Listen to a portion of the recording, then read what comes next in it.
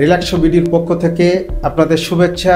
শুধু দর্শকবৃন্দ, আজ আমরা এমন এক জায়গায় আসছি যেখানে এমন একটি নাম যা শুনলে বাংলাদেশে সহ বিশ্বের অনেক জায়গায় এই নামের সাথে জড়িত। একজন শাসক যে একজন সাধক হয়ে উঠতে পারেন সেটা হচ্ছে খানজাহান আলী রহমতুল্লাহ আলাইহি। তার নাম স্মৃতি ধরে রাখার জন্যে বাংলাদেশের বিভিন্ন অলিতে গলিতে বিভিন্ন জায়গায় শিক্ষা প্রতিষ্ঠান সহ বিভিন্ন মানের প্রতিষ্ঠান তৈরি হয়েছে। আজ আমরা আসছি সেই মহান মানুষের স্মৃতি বিজড়িত একটি কলেজ, খানজাহান আলী মহাবিদ্যালয়, শিরোমণি, খুলনা। মাননীয় অধ্যক্ষ আমাদের সাথে আছেন শিক্ষক মণ্ডলীরা। দর্শকবৃন্দ, আপনাদেরকে শুভেচ্ছা, স্বাগতম। রিল্যাক্সো দেখুন, রিল্যাক্সো জানুন, রিল্যাক্সোকে ভালোবাসুন। আপনার অসুবিধার কথা, আপনার সমাজের অসুবিধার কথা, আপনার প্রতিষ্ঠানের অসুবিধার কথা রিল্যাক্সো তুলে ধরে সবসময়। এ প্রতিশ্রুতি আমরা রাখব। বেসরকারি স্কুল, কলেজ ও মাদ্রাসার শিক্ষক, কর্মকর্তা, কর্মচারীরা অবসর জীবনে যে দুঃসহ জীবন অতিবাহিত করে, এই দুঃসহ জীবনের উপরে নির্মিত এই পর্বগুলি আপনারা দেখতে থাকুন। আপনাদের বিবেক একদিন বলবে যে আমি একদিন পড়েছিলাম এই বেসরকারি শিক্ষকদের কাছে, আমার এই স্যারগুলো কেমন আছেন, আমার এই শিক্ষক কেমন আছেন, সমাজ তাদেরকে কেমন রাখছে, সরকার তাদের জন্য কি ব্যবস্থা করেছে, দেশ তাদের জন্য কি দিয়েছে, যে লোকটি দীর্ঘ বছর ধরে এই সমাজকে, দেশকে এবং এই রাষ্ট্রকে একটি সেবা দিয়ে গেছেন। আমাদের সাথে আজকে আছেন খানজাহান আলী আদর্শ মহাবিদ্যালয়ের মাননীয় অধ্যক্ষ SM এ দাউদ। আমার পাশেই আছেন, ডাইন পাশে। আমার বাম পাশে আছেন সুব্রত কুমার বিশ্বাস, সহকারী অধ্যাপক। তিনিও খুব সম্প্রতি রিটায়ারের দিকে যাওয়ার চেষ্টা করতেছেন। অল্প সময়ের মধ্যে তিনি রিটায়ারমেন্টের দিকে এগোবেন। আমার পাশে আছেন মোহাম্মদ জুবায়ের হোসেন, সহকারী অধ্যাপক। আমরা এই মানুষগুলোর কাছ থেকে, এই বর্ষিয়ান মানুষগুলোর কাছ থেকে আমাদের এই বেসরকারি শিক্ষক, কর্মকর্তা, কর্মচারীদের উপরে আমরা যে ডকুমেন্টারি শুরু করেছি, এর উপরে আমরা তাদের মতামত নিব, আলোচনা করব এবং তাদের সাথে আমরা মত বিনিময় করব। আপনারা জানুন, দেখুন, মন্তব্য করুন। প্রথমেই স্যার আপনাকে স্বাগত।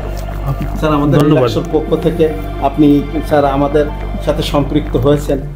আপনার সঙ্গে কথা বলতে চাই। বেসরকারি স্কুল, কলেজ এবং মাদ্রাসা, এই যে পদ্ধতিটা, এই পদ্ধতিটা টোটাল শিক্ষা ব্যবস্থায় একটি অসংলগ্ন পদ্ধতি। আপনি কি মনে করেন বিশ্বের কোথাও কি এরকম পদ্ধতি আছে, না শুধু আমাদের বাংলাদেশে আছে? বেসরকারি এবং সরকারি। স্যার একটু আলোকপাত করে আলোচনা করবেন। স্যার, আপনাকে ধন্যবাদ। আমার বক্তব্যের শুরুতে আপনি আমাকে আপনার এই প্রোগ্রামে সম্পৃক্ত করছেন, তার জন্য আবারও ধন্যবাদ। স্যার, আমরা আসলে মূলত আলোচনা করতে চাই যে সরকারি এবং বেসরকারি, এই যে একই শিক্ষা ব্যবস্থার মধ্যে দুটি শিক্ষা ব্যবস্থাপনা, এবং এই দুটি শিক্ষা ব্যবস্থাপনার মধ্যে একটি আকাশে আছে আর একটি মাটির কাছে আছে। এই যেটা অসম ব্যবস্থাপনা দুটি শিক্ষা ব্যবস্থায়, একটি সরকারের একটি শিক্ষা ব্যবস্থার মধ্যে দুটি শাখা এইভাবে। স্যার, পৃথিবীতে আর কোথাও আছে কি আপনার জানা আছে? না, শুধু বাংলাদেশেই আছে। না, এটা আমাদের দুঃখের বিষয়। এটা দূর হওয়া উচিত কিনা স্যার? দুঃখের বিষয় যে লেখাপড়ার দায়িত্ব তো রাষ্ট্রই নেয়, এবং রাষ্ট্র যেভাবে তার শিক্ষা ব্যবস্থাকে সাজায়, এতেই সকল শিক্ষক, কর্মচারী, কর্মকর্তা একই হারে, একই মানের বেতন, জীবনযাত্রা নির্বাহ করবে, এইটাই হলো সঠিক। কিন্তু আমাদের দেশে হলো যে আমরা বেসরকারি লেভেলের যারা কর্মরত আছে তারা অর্ধেক পয়সায় আমরা খুশি, কারণ রাষ্ট্রীয় যে ব্যবস্থাপনা, এই ব্যবস্থাপনা সবার জন্য সমান করে নাই। এইখানে বৈষম্য আছে। আমরা বিভিন্ন সেমিনারে, বিভিন্ন জায়গায় যে এই কথাগুলো বলার চেষ্টা করি, কিন্তু কেউ কর্ণপাত করে না।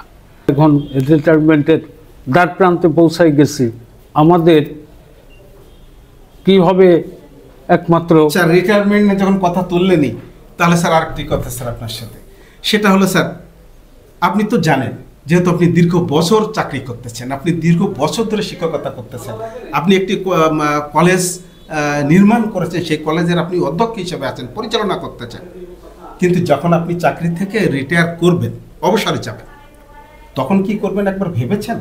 কারণ আপনার রিটায়ারমেন্টের যে টাকাটি আছে, এই যে রিটায়ারমেন্টের টাকা নামে একটি প্রহসন, এই প্রহসন যে কবে আপনার হাতে এসে আসন গ্রহণ করবে তা কি আপনি জানেন?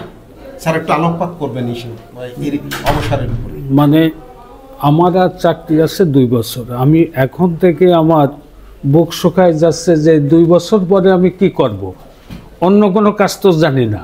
আর আমার রিটায়ারমেন্ট বেনিফিটটা যারা রিটায়ার্ড করছে আমার কলিগরা 3-4 বছর হয়ে গেছে, তারা এখনও কল্যাণ ট্রাস্টের টাকাটাও পায় নাই। অবসরকালীন তো আরও অনেক দূরের কথা। তো এই যে 3-4 বছর একটা ব্যক্তি এখানে একজন বেসরকারি ভয়াবহ জীবন, হ্যাঁ, একজন বেসরকারি শিক্ষকের তো আসলে কোনো সঞ্চয় থাকে না, যা সে আয় করে তা দিয়ে কোনো মতে তার সংসার চলে, কোনো বাড়তি টাকা তার জমা থাকে না। সে কারণে রিটায়ার্ড লাইফে যে যদি তার ছেলে মেয়ে তারা যদি কর্মক্ষম না হয়, তারা যদি ইনকাম না করতে পারে, তো ওই লোকটার তো ছেলে মেয়ে কর্মক্ষম হয়ে লাভ কি? আপনি ইনকাম করেছেন, পরিবার একসময় আপনি পরিবার ডমিনেট করেছেন, আর আপনি কি অবসরে গিয়ে তাদের হাত পাততে হবে আপনার তাদের কাছে? ব্যবস্থা তো তাই হচ্ছে আমাদের দেশের ব্যবস্থা। এখান থেকে আমাদের বেরিয়ে আসা উচিত, অবশ্যই আমাদের বেরিয়ে আসা। আমার টাকা আমি তো কারোর কাছে কোনো না চাচ্ছি না, আমার যে টাকাটা 10% কেটে নেয়, আমার টাকাটা তো আমাকে টাইম নিয়ে দিলে আমি তো আর গরিব মানুষ না, আমি তো ভালোভাবে চলতে পারি।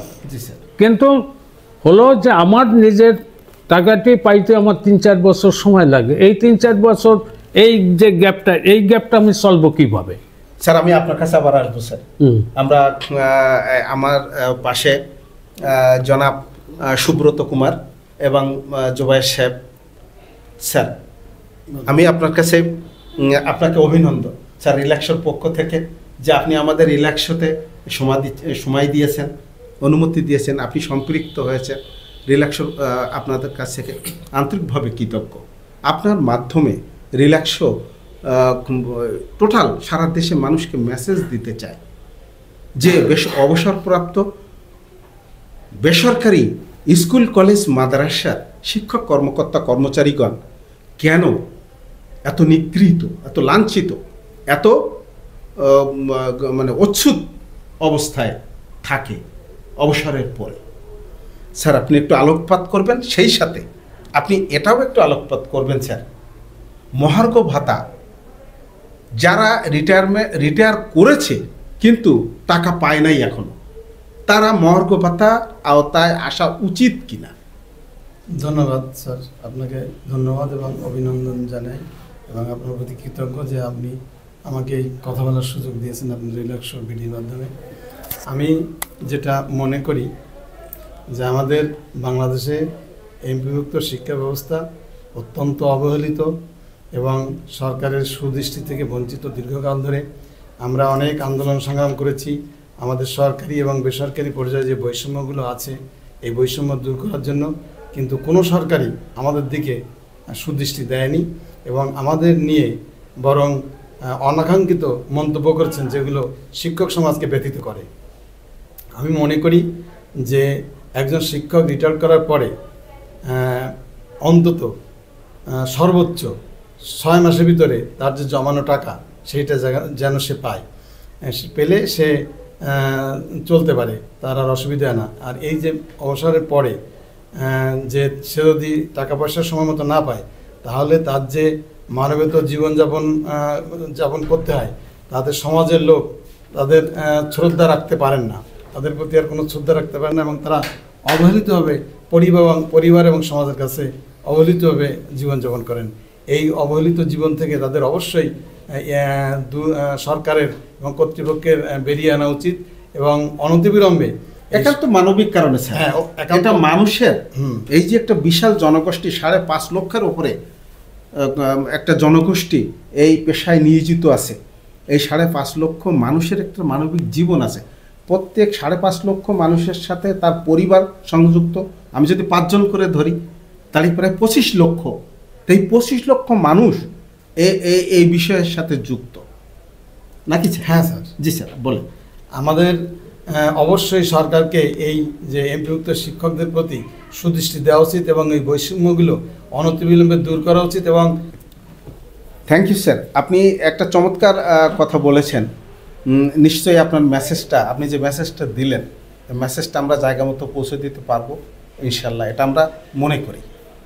স্যার এবার আপনার কাছে একটু আসবো। স্যার আপনার কাছে আমি জানতে চাই, যেমন একজন অবসর গ্রহণকারী শিক্ষক, কর্মকর্তা, কর্মচারী, সে অবসরের সাথে সাথে যাতে তার চলার মতো কল্যাণ ট্রাস্টের টাকাটা তার পরের দিনই পায়। বাংলাদেশে তো আজকে সংস্কার হচ্ছে, এই সংস্কার হোক, এইভাবে এই জিনিসটা তৈরি হোক, এটা আপনি চান কি না? তো যারা এই পদ্ধতিকে মানে বাস্তবে রূপদানের জন্য কাজ করছেন, তাদের মধ্যে যে চলে গেছেন অধ্যক্ষ শরীফ স্যার এবং বেঁচে আছেন মাদুরুল হান্নান স্যার সহ, আমানুল্লাহ স্যার সহ, তাদেরকে আমি ধন্যবাদ জানাই, তাদের রুহের মাগফিরাত কামনা করি। তো অত্যন্ত দুঃখের সাথে বলতে হচ্ছে যে আজকে এদেশে সরকারি এবং বেসরকারি দুইটা শিক্ষা ব্যবস্থা, সরকারি এবং বেসরকারি শিক্ষা ব্যবস্থার এই যে কল্যাণ ট্রাস্ট এবং অবসরের যে সুবিধাটা, এটা সংসদে আইন করে একটা পাশকৃত বিষয়, সংসদে আইনের মাধ্যমে এটা গভর্নমেন্ট কলেজের শিক্ষকরা যে সুবিধাটা পায়, তাদেরকে কিন্তু প্রভিডেন্ট ফান্ডে তারা 100% টাকার সাথে সাথে তুলে নিয়ে দেয়। তার সাথে এই কল্যাণ ট্রাস্টও তাদের নাই, অবসরের মতন এই গেড়াকলও তাদের নাই। আমাদের এই টাকা নিয়ে আমাদেরকে দেয়, তাহলে আমাদের টাকা আমরা রিটায়ারমেন্টের সাথে সাথে পাবো না কেন? এটা একটা জঘন্য ব্যবস্থা। প্রিয় দর্শক, আমরা এতক্ষণ দেখতেছিলাম বিদগ্ধ মানুষের, বিদগ্ধ শিক্ষকের মনের কথা। আমরা দেখতে দেখতে প্রায় 15 মিনিট অতিক্রম করেছি, কিন্তু এই ভিডিওটি মূলত একটি 35 মিনিটের ভিডিও। ইউটিউব আমাকে সেই সক্ষমতা এখনও দেয় নাই যা 15 মিনিটের উপরে আমি ভিডিও তৈরি করে আপনাদের সামনে তুলে ধরব। তাই সঙ্গত কারণে এই দীর্ঘ ভিডিওটি 2 ভাগে বিভক্ত করে আমি আপনাদের সামনে উপস্থাপন করছি। জোবায়ের সাহেব যে কথা দিয়ে শুরু করেছিলেন, সেই কথা যে কত তার হৃদয়ের কথা, তার যে না পাওয়ার কষ্টের কথা, অধ্যক্ষ দাউদ স্যার তার জীবনের শেষ সময়ে এসে তার না বলা কথা উঠে এসেছে আমাদের দ্বিতীয় পর্বে। আমরা এডিট করে চেষ্টা করেছিলাম বাদ দেওয়ার জন্য, কিন্তু আসলে এডিট করে বাদ দিলে তাদের কথাগুলো আপনাদের সামনে উপস্থাপন করতে আমি পারতাম না। তাই সমগ্র ভিডিওটি 2টি পর্বে ভাগ করে আজ একটি পর্ব আপনাদের সামনে উপস্থাপন করলাম। আশা করি 2-1 দিনের মধ্যেই দ্বিতীয় পর্বটি উপস্থাপন করব। সকলে ভালো থাকবেন, সুন্দর থাকবেন। আর বেসরকারি ভাই বোনরা, আপনারা সজাগ হন, রিল্যাক্সও দেখুন। একদিন আপনারও জীবনে এরকম একটি খারাপ সময় আসবে, তার জন্য আগে থেকে সতর্ক হন। আপনি আপনার কথা বলতে থাকুন, রিল্যাক্সের সঙ্গে সম্পৃক্ত হন। আপনাদের জন্য অনেক শুভকামনা। আল্লাহ হাফেজ। বাংলাদেশ জিন্দাবাদ।